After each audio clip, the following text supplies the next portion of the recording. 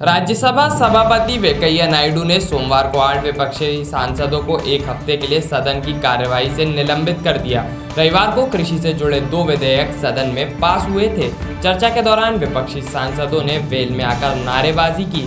उपसभापति हरिवंश का माइक निकालने की कोशिश की थी। जिन सांसदों को निलंबित किया गया उनमें डेरेक ओब्रायन, राजीव सातव, संजय सिंह, के रागेश, रिपुन बोरा, डोला सेन, सैयद नज़ीर हुसैन और इलामरान करीम है। इन सभी पर उपसभापति के साथ असंसदीय व्यवहार करने का आरोप है। वेंकैया नायडू ने कहा कि कल जो राज्यसभा में हुआ उसे अच्छा नहीं कहा जा सकता।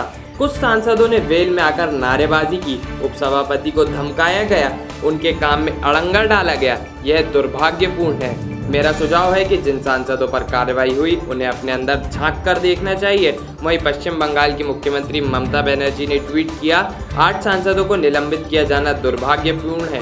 ये सरकार की तानाशाही रवैये को दिखाता है। इससे यह भी पता चलता है कि सरकार का लोकतांत्रिक मूल्यों में विश्वास नहीं है।